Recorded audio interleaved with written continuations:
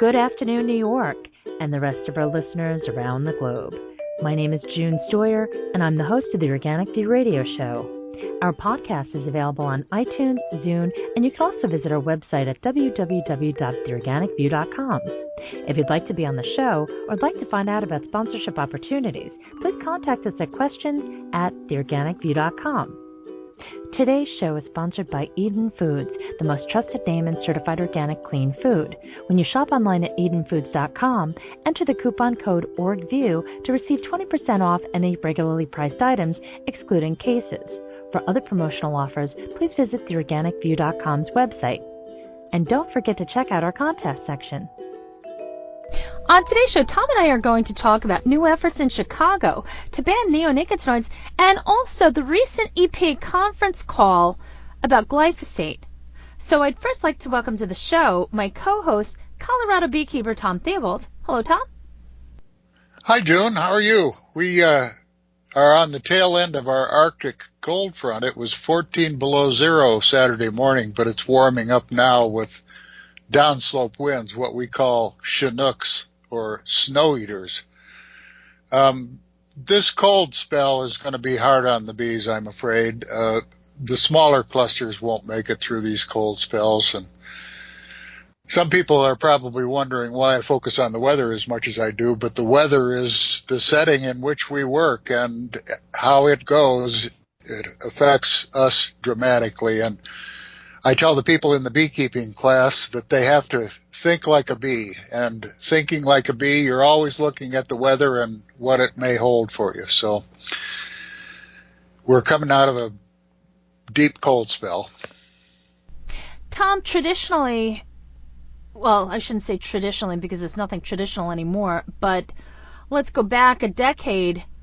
What were winters like for you as a commercial beekeeper? What did you expect to happen once the spring came around?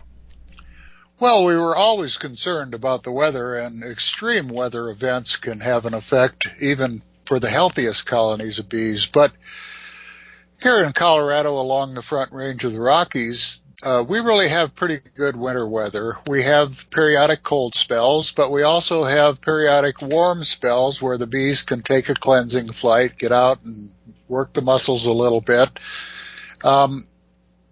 A good colony of bees can go through these cold spells and weather these below zero temperatures without any real loss. And so we would expect losses on the order of 2 to 5%. What we're seeing now are losses that are way beyond 60%. And part of the reason is that the bees are going into the winter underpopulated, and they just don't have the mass to generate sufficient survival temperature within the winter cluster. And another bit of science emerged just within the past few days that's very concerning, and that is that one of the effects of the neonicotinoid family of pesticides is it compromises the bees' thermoregulation, their ability to regulate and generate heat. So it's just not good wherever you look. It's just not good. Well, at least there is effort being made in Chicago by Alderman Ray Lopez, who is taking a step towards the right direction when it comes to banning neonicotinoids. And I think, even though we've been talking about this for so many years, finally we have somebody who is taking action and is looking to make Chicago an example for other cities in America. It certainly is good news, and they seem to have some understanding of what the problems are here. I don't know who's informing the alderman or whether he's taken it upon himself to be informed, but he's getting a pretty good grasp of what the problems are. And it's difficult to be critical of something like this for fear of sounding ungrateful, but this is just a small part of it. And as I read the article, and I'm assuming that the article is fairly accurate, this will limit some of the uses, but many of the uses will continue. And for certified pesticide applicators, for example, which covers a wide range of people, nothing will change. And these are such pernicious chemicals that you can't just ban them partially. You can't withdraw them from the market partially. They're just widespread and very, very poisonous. So I commend what Chicago is doing. Before I judge, I guess I'd have to know just who is going to be restricted from using it and who isn't. Well, from what I understand, he is encouraging retailers to be proactive and remove any existing product that they have for sale, but also he's saying that point blank these chemicals are in applications that are seeping into the different bodies of water that are getting into the rivers and the stormwater system. So that's something that is not often acknowledged by elected officials. So I think whoever's educating him about these chemicals is really doing a great job. And let me tell you, there are a lot of people out there who have no idea what the impact is. They keep repeating the same rhetoric that industry has so creatively spun, which does not address the issue as far as its direct impact on not only our honeybees but our pollinators as a whole. So I think what he's doing is definitely a step in the right direction. But I agree with you, Tom. There needs to be widespread action. He does mention DDT, and DDT, Tom, you lived through that. Yes, I did. Yes. How long did it take them to ban DDT? Well, DDT appeared in the 40s during the Second World War, and it was banned, I believe, in 1972, partly in response to Rachel Carson's Silent Spring, which came out in 1962. These systemic pesticides, these neonicotinoids, should have been removed from the market 20 years ago. We can go all the way back to 2003 with clothianidin, and this is one of the worst, one of the most widely used, one of the most damaging, and it was rushed to the market not because it was a novel chemical to address a brand new pest outbreak, but it appears that it was rushed to the market without adequate assessment because Bayer's patent was about to run out on imidacloprid. So clothianidin was rushed to the market to protect Bayer's market share. We need to start focusing on the source of these problems, which in large part is the EPA. They will keep throwing us these spot fires to put out and occupy our energy and our income and our attention forever. We need to cut it off at the source, I believe. Well, it brings us to the next topic, which is about the conference call that EPA held in regards to glyphosate. Once again, there's so much information out there about glyphosate. Why is EPA dragging this out? Well, they're dragging it out because they're looking for excuses, not answers. And there have been some very critical assessments of this hearing that they had. An inordinate amount of time went to the industry advocates, whereas a limited amount of time went to those who wanted to speak to the contrary. People need to begin to understand that the EPA gives every appearance of being just another division of the chemical industry. There's no other way to explain their conduct than that. They're just carrying out the directions of their chemical handlers. I have said before, I'm hesitant to be too critical. They may be doing wonderfully in other areas of their responsibility, but in the pesticide arena, they are part of the problem, and that needs to be addressed. I don't know what this new regime is going to bring. It could make it worse, but it would be hard to make it much worse than it already is. Well, when you have an agency that has been created to protect not only just the environment, but the people, the animals, so on and so forth, and it fails to do its job over and over again, and always seems to be very interested in what industry has to say, but yet when it comes to the beekeeping community, the beekeepers are either the last to be informed or they're not even heard. It seems as though the cards are not necessarily stacked for the beekeeper, but more or less against them. And it's just not a very fair system that they run. EPA really needs to start taking an internal look at how they're operating and the problems that they have, because you're talking about so many chemicals that are contaminating the environment, killing so many animals, not to mention the impact on human health. And it brings the same question: how many people have to die before they do something? Why does it always have to boil down to that? Well, the EPA is not going to take a look at itself. I think history makes that very clear.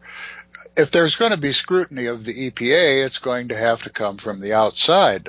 The EPA management, at least in the pesticide portion of it, has been corrupted with industry people, and they're making decisions which are in favor of the chemical industry, but to the detriment of the environment and the people.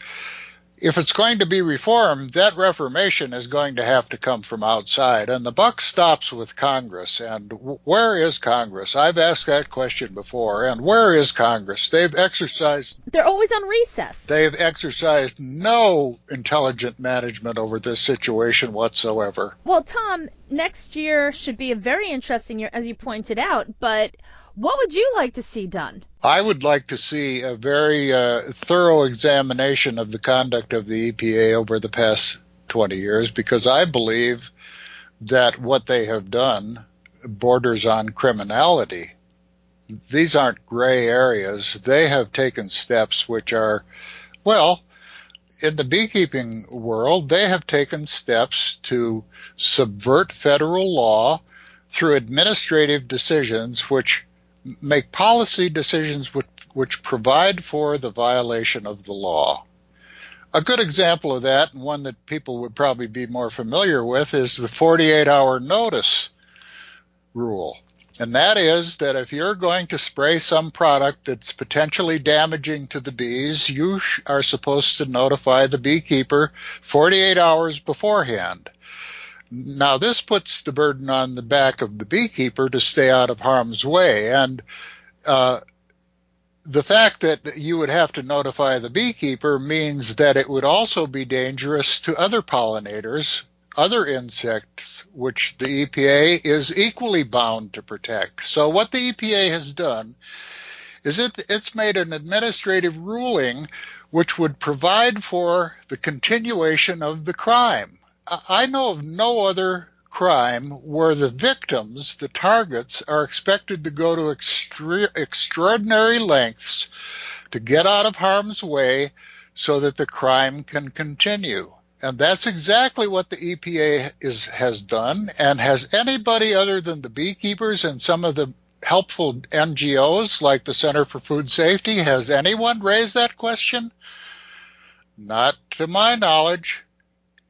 The EPA just moves merrily along, circumventing its basic responsibilities under the federal law, and nobody holds them to account.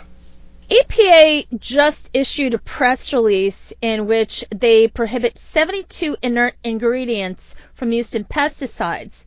Now, this is a very interesting list of ingredients, and it makes you wonder, why are they taking this action?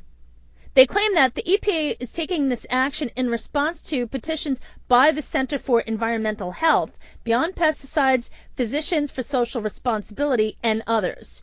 These groups asked the agency to issue a rule requiring disclosure of 371 inert ingredients found in pesticide products. Instead, EPA will evaluate potential risks of inert ingredients and reduce risks as appropriate. What does that mean, as appropriate? As appropriate according to industry, or as appropriate to enough people haven't died yet? That's bureaucratese. It's impossible for them to say anything without some weasel words in there that give them the opportunity to skinny out from whatever it was they said previously. However, I haven't read this in any detail. I've just skimmed it right now. This could be a positive step. it could be a step in the right direction, because there has been a great deal of concern over inert ingredients, supposedly inert ingredients, and the role that they may play in the toxicity of these pesticides. So perhaps this is a step in the right direction. I don't know. Well, I think 72 out of, what did they say, 371? That's not really many. I read something just recently that there are 80,000 chemicals out Good there God. that are in use. It's just astounding. We're just in a soup of chemicals. Are they trying to kill us?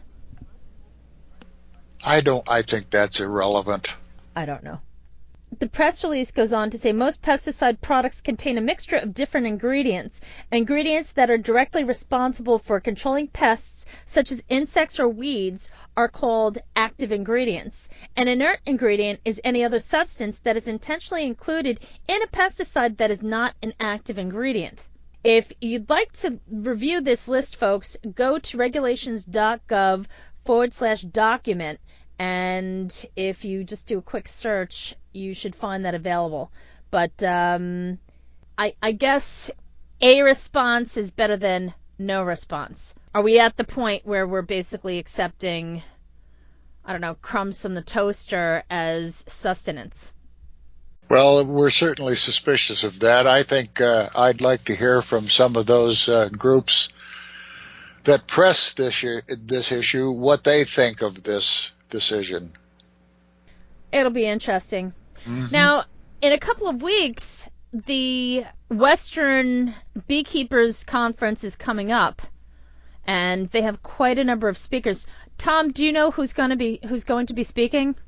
Well, they're going to have two keynote speakers, Jonathan Lundgren and Jeffrey Pettis. And Jeffrey Pettis was the research leader for the Agricultural Research Service until a year or 2 years ago, when he was apparently demoted. They didn't present it that way, but he was removed from that position. Apparently he is, the rumor is that he is leaving the USDA, the ARS, and is taking a private position. So he will be the other keynote speaker, and from the short blurb that announces that, it looks like he's going to speak much more candidly about the neonicotinoids. So those will be two very informative speakers, I think. I can only imagine the Lifetime original movie that would come out of that, especially all that he's been through. Well, these are essentially two whistleblowers who have been forced out of their positions with the federal government because they expressed concerns about what's taking place. Yeah, it's called taking pride in your job and doing the right thing. And it's a shame that more people don't follow their example. Dr. Jonathan Lundgren really stepped up to the plate, and he risked everything. And he dealt with the blows that he was given, and he's still fighting. I think he's really a hero when it comes to this battle. And Dr. Pettis, the same thing. He really stood his ground, and he did the best that he could, and they really did a phenomenal job trying to keep him quiet. And it's a shame because the man works very hard, and he knows his stuff, and it's a shame that people are no longer rewarded for hard work, integrity, and ethics, and instead, all that matters is the bottom line. It has to be a difficult position for these people who have to put their career on the line for what they believe in. But this is going to be a joint convention of the American honey producers and the American Beekeeping Federation, and those are the two keynote speakers, and it should be very interesting for those who are able to attend. Tom, I want to say thank you so much for joining me today, and I'd like to wish you and your family a very Merry Christmas. And folks, for those of you that do celebrate Christmas, Merry Christmas, and if you celebrate Hanukkah, Happy Hanukkah. As challenging as these issues are, June, this is the time of the year to focus on the people we love and gather them close. And I hope everybody has a great Christmas. Folks, tune in next week as Tom and I continue the discussion. If you have any questions for us, please write to us at questions@theorganicview.com. Thank you for tuning in. This has been June Stoyer with the Organic View Radio Show. Have a great afternoon.